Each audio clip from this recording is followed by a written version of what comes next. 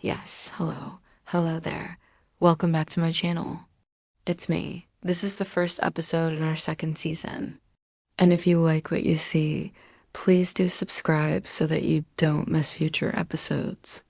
Music composed by Barnaby Keene and sound designed by Sam Baker.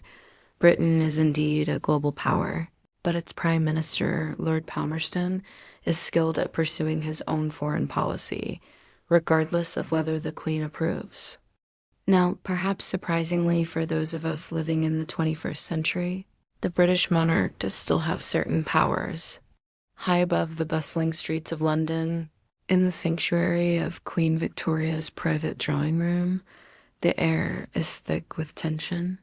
"My queen, I come to you with news of the utmost importance," he begins, his voice grave. "You think me a figurehead, a mere rubber stamp on your decisions?" But Palmerston eventually managed to persuade her to allow him to send a punitive mission to China, and France has now joined the fray. So, no doubt feeling that she has been sidelined once again, Victoria throws herself into her journal. She writes of her anger and frustration, noting that her ministers act as if she is nothing more than a figurehead. She writes of her sadness at the prospect of war, but also of her determination to make her voice heard. "You forget who sits on the throne and who serves at my pleasure. And as the night deepens, the stakes grow higher and the shadows lengthen. Both Queen Victoria and Lord Palmerston are men of principle." And while you're waiting for the next episode, why not check out one of our previous stories? All the links are provided below. Until next time, goodbye. Each believes that they are acting in the best interests of Britain. But as the night deepens, the true cost of their convictions becomes clear. Both have secrets, fears, and doubts that they have carefully buried. But as the rain falls and the shadows lengthen, those buried truths threaten to emerge, forcing them to confront the darkness within themselves and the true nature of power. Russell gasps, his face paling. He stumbles backward, knocking over a chair in his haste to get away from her. I beg your pardon, my queen," he stammered, his voice cracking. I did not mean to presume." But Victoria is not listening. She has risen from her seat and is striding toward him, her eyes blazing with anger. "Presume, Russell? You presume to wage war on the other side of the world without so much as asking my leave? Do you think me a decorative ornament, a bauble on the crown of England?" Her voice echoes in the vast space, bouncing off the gilded mirrors that reflect her fury back at him. "You would do this without consulting me, without informing me, without so much as a whisper of warning." She stops before him, her chest heaving with anger. "How dare you, Russell? How dare you?" Tears welling up in his eyes, Russell sinks to his knees before her. "I am sorry, my queen," he whispers, his voice broken with remorse. "I did not mean to offend you, I swear it. Please forgive me." But Victoria is not moved by his pleas. She turns away, unable to bear the sight of his contrite face any longer. She walks back to her throne and sinks into its cushioned depths. Her shoulders shake with silent sobs. France has declared war on China. Victoria remains silent, her gaze unwavering. "My lords, surely you understand the gravity of this situation," Russell continues, his tone growing more insistent. "We must decide swiftly and decisively what course of action we shall take." Still, the queen does not reply, lost in thought. Russell shifts uncomfortably, his earlier confidence ebbing. He takes a step closer, then another. "Victoria, my queen," he begins, his voice softer now. "You must speak. The nation, nay, the world, waits for your decision." He reaches out a hand, trembling slightly, and touches her arm. Her body, usually so responsive to his touch, seems remote, almost alien. Her face, normally so expressive, is a mask of impassiveness. Her eyes, usually so vibrant, are dull and distant. He feels a chill crawl up his spine. He withdraws his hand quickly, as if burned. The room itself is small, intimate even, yet the vastness of the power contained within it presses against the walls like a physical presence. At its heart sits the queen, her face an inscrutable mask. Her dress is simple, yet the diamonds at her throat seem to blaze with an inner fire. Her eyes, sharp and clear, regard the man standing before her, the Right Honourable Lord John Russell, the Prime Minister of Great Britain and Ireland. Behind him, the door stands ajar, revealing the shadowed hallway beyond. These days, though, they are mostly ceremonial. But in 1850, things were very different. For example, although the Prime Minister is the head of government, the monarch is still the head of state. And it is the monarch who formally appoints the Prime Minister. That means that the Prime Minister technically holds office at the Queen's pleasure. In addition, the monarch still retains the power to declare war.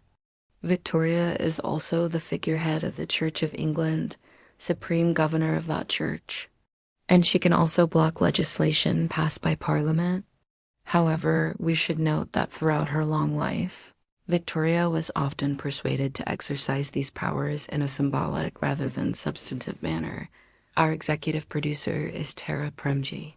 Produced by Delightful Death and supported by our patrons on Patreon. And I have to give a shout out to our supporters on another platform.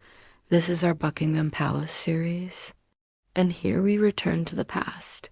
Set pieces written by me. Directed by Hannah Chiswick, featuring some wonderful actors. And in this story, the year is 1850. Queen Victoria is at the height of her powers, or so she thinks. And imagined, as well as the ways in which those in power sometimes fail to recognize their own limitations. Let's begin. In this story, then, we will explore the nature of power. Real. The rain patters against the tall windows of the room, casting the firelight in flickering patterns on the wall. Russell clears his throat, the sound echoing oddly in the still room. "You mistake me, Russell," she finally says, her voice low and dangerous. Now, if you recall, in part 1, Victoria had exercised her authority as monarch to prevent Palmerston from going to war with China. The rain continues to fall outside, but within the palace walls, a new storm is brewing. And so ends part 2. If you enjoyed this episode, please do subscribe and leave a comment to tell us what you thought. Hello, I'm here to bring you this brand new series, The Illusion of Power, in which we'll be following a young Queen Victoria through her first term in office. That evening, Lord Derby paces nervously. Victoria sits serenely reading a book until Lord Derby stops pacing and speaks. Be sure to hit subscribe so you don't miss any episodes. And if you'd like more historical drama, check out our other series, The Real Canals. Also, give this video a thumbs up if you enjoyed it and want to see more. Now on with the show. Scene 3, The Queen's Gambit. Victoria's sitting room. The door opened and closed behind Lord Melbourne. In came Lord Derby, looking as stiff as a starched collar. Lord Derby, "My queen, would you deign to partake in a spot of whist?" "Queen Victoria, not just now, Derby. I'm engaged." "Is there any truth to these rumors circulating about a rift between you and the prince? And the recent disagreements over Scotland Yard and Lord Derby?" Of course. "I merely suggested because I thought it might raise your spirits." "Queen Victoria, my spirits are quite high, thank you. I always find a good mystery most stimulating." As the Queen said, she was enjoying her book immensely, though what secrets the stout volume held could never have prepared her for the machinations taking place in her own court, but sometimes the slightest breeze can whip into quite the gale. You know how fond the prince is of the yard. I assure you, the only disquiet is from those who wish to see you unhappy. She could almost see the dark forces at work, the malevolent hands reaching to pull her down from her lofty heights. For your sake and the good of the realm, I hope you will dismiss it all from your mind. Perhaps they are right. Perhaps I am nothing but a figurehead. If I am so useless, why not take a holiday from duty? Just a week or 2 in Ireland. I'm sure the country won't mind if their queen takes a long weekend. You are surrounded by courtiers and advisors who would have you believe you have no power. But the smallest breeze, as I mentioned, can become a great storm. And I fear your spirit may be broken if you do not see the strength of your position. I imagine they're quite busy trying to not be dead. Lord Derby, my queen, I hope I'm not intruding, but I couldn't help but overhear. Victoria enters wearing a nightgown and sits heavily on the bed. Albert doesn't turn around and rise up waving flags, saying, "Hurrah for the Queen." The Queen lowered her book slightly to shoot the Prime Minister an exasperated look. "Queen Victoria, why on earth would you think that?" The Queen had turned back to her book, but did not reply. At last she spoke. "Lord Derby, your Majesty, people discuss your every move. There's no denying you and His Royal Highness appear to be spending less time together. Queen Victoria, did you also hear any mention of a disagreement over our upcoming trip to Ireland? All those poor souls suffering while this country squabbles over property rights? And who gets to sit on benches in a big building in Westminster?" Lord Derby, no ma'am. I haven't the faintest notion what you're talking about. Queen Victoria, because we are going to Ireland, and it seems the prince has forgotten he has a wife. Lord Derby, it's all gossip, I assure you, your Majesty. I wouldn't dream of questioning your devoted relationship. Queen Victoria, well then, perhaps we should change our route and pass over Scotland Yard on the way. Even you. But the best way you can help them is to be strong, to use the power that is rightfully yours by birthright and marriage. Knowing full well I'd be too upset to join you, leaving me alone in London with nothing but a cat and a pile of soggy letters. Lord Derby, Scotland Yard, yes, of course. I apologize profusely, your Majesty. The Queen rose from her seat, walked to the window, and stared out at the night. Queen Victoria, who knows, Derby? You want me to be strong? Stop treating me like a child? Lord Derby, indeed, ma'am. But I'm certain once they see how fond you are of them, they'll forget all about the famine, Queen Victoria. I can't promise that, Derby. My blood boils at the injustice. Not the Irish, not the Tories, not the Commons. Only the woman in his arms. And with that thought, he felt a surge of confidence. The doves cooed softly in their cage, oblivious to the storm brewing in the hearts of men. Lord Derby, your Majesty, you know how passionately you feel about the Irish, and we will address it in due time, but right now, I worry for you. He stopped speaking and looked to see if he offended her. He didn't mean to upset her, he only wanted to help. But she threw herself into his arms and sobbed uncontrollably. Albert patted her back awkwardly, unsure what else to do. Queen Victoria, I suppose you're right, Derby. Ireland will still be there when we return. Lord Derby, precisely. And you'll have my word that we'll sort something out. You need not concern yourself with the details. Queen Victoria, thank you, Derby. I believe I shall play a spot of whist after all. Would you care to join me? Lord Derby bowed deeply, knowing his queen was restored.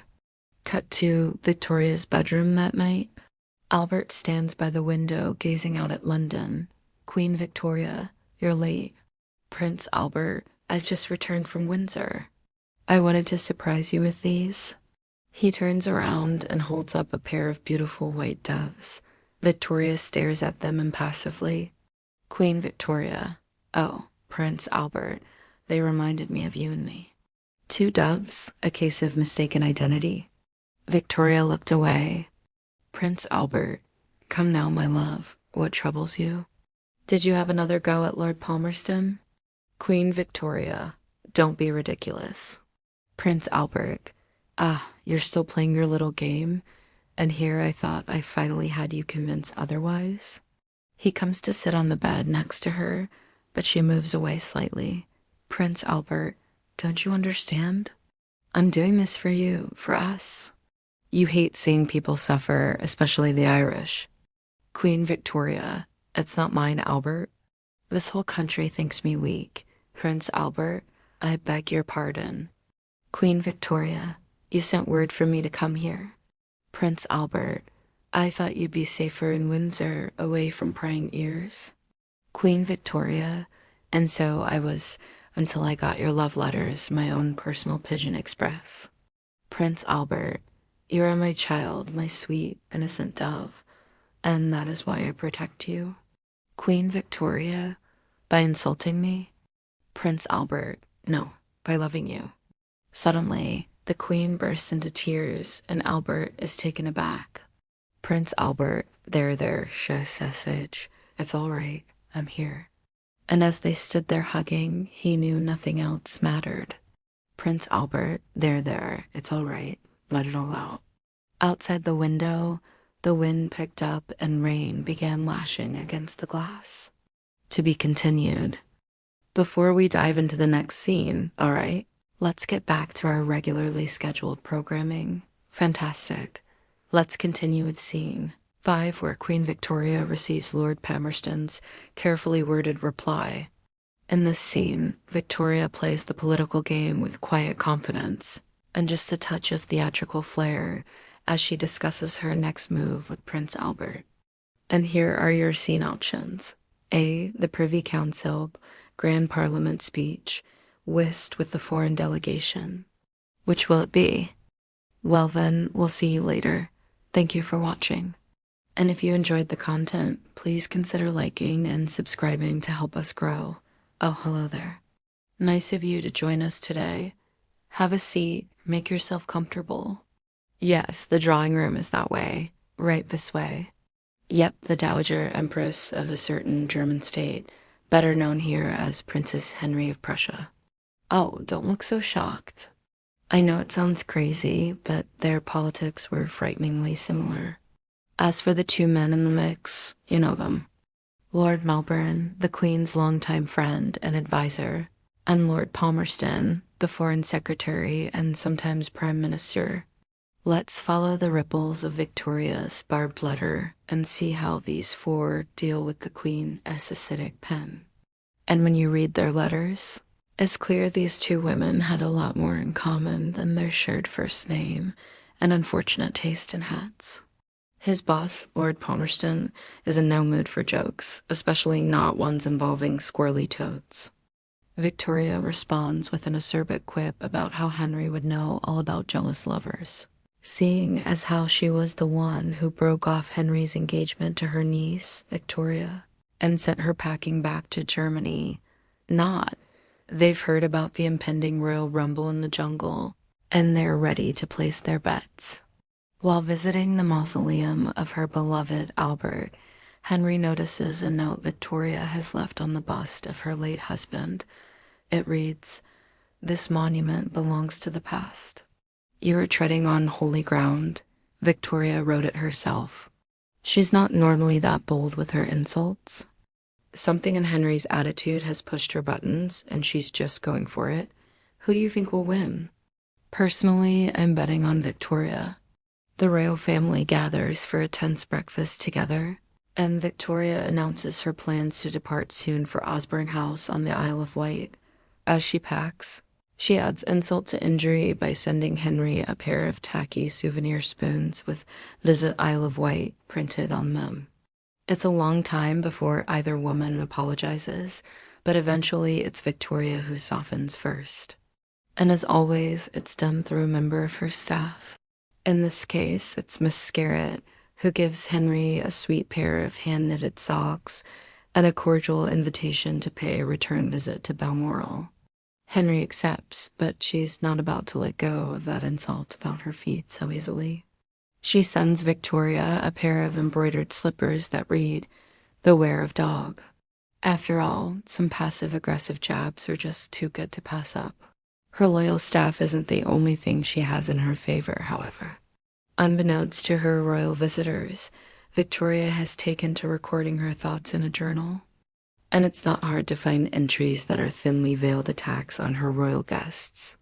Like this one, written during Henry's visit to Balmoral, where she records her displeasure with Henry's habit of putting his feet up on the furniture. How shocking to see such a large and powerful nation represented by such uncouth manners. And this entry about the Kaiser's wife, Vicky, written shortly after the double wedding ceremony. She is a spoiled child of a woman and shows it. I fear her influence over poor Willie will not be good. So Victoria needs to remind herself how much she dislikes her guests. She can just crack open her journal and read about it, but she's got a good memory. There's no need to refresh her recollection. Now, when she was engaged to that dopey Prince Leopold, Victoria wasn't just jealous of Henry's affection for her niece. She was also afraid that Leopold would be overshadowed by Henry's dashing good looks and dashing good health. Poor old Leopold was sickly and prone to fainting fits. And after a particularly brutal bout that left him bedridden, Victoria decided the best course of action was to keep the two apart. Yeah, maybe not her finest moment. But she's making up for it now by insulting Henry at every available opportunity. He does love a good gossip, after all, and who could blame him? That's a bit below the belt, Henry, and Victoria lets her know it.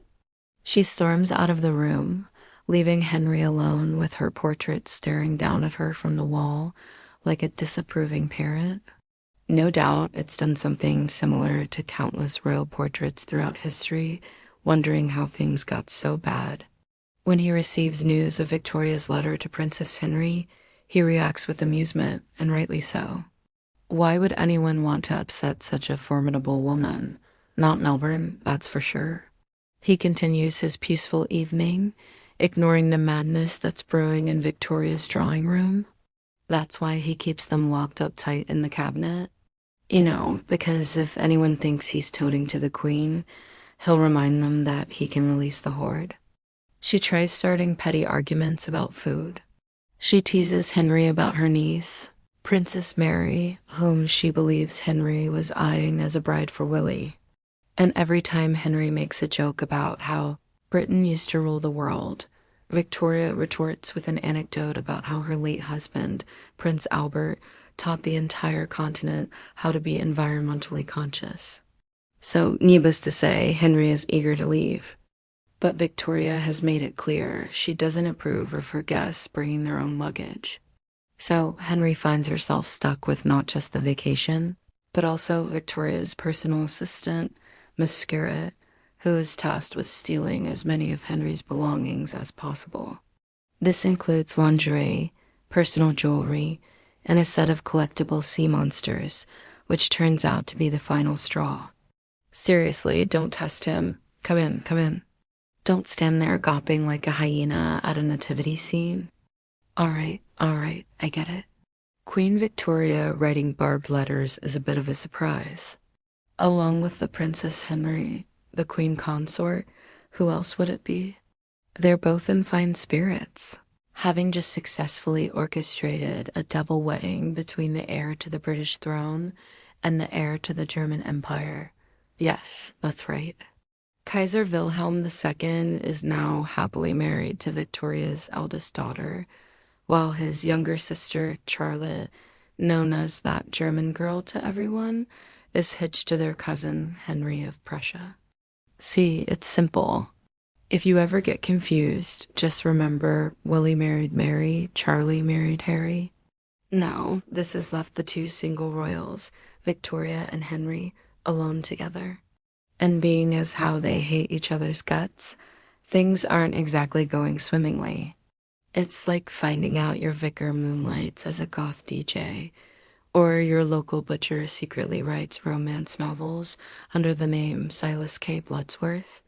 But rest assured, our gracious majesty is capable of far more than you might imagine, especially when crossed. But who could possibly cross our dear queen? Well, in this story, it's someone whose politics align with those of the Queen Consort Camilla. Now, if you're asking yourself, who's that? Followed by, where do they come from? Fear not, because Henry of Prussia is one of our many extras. Let's meet the cast.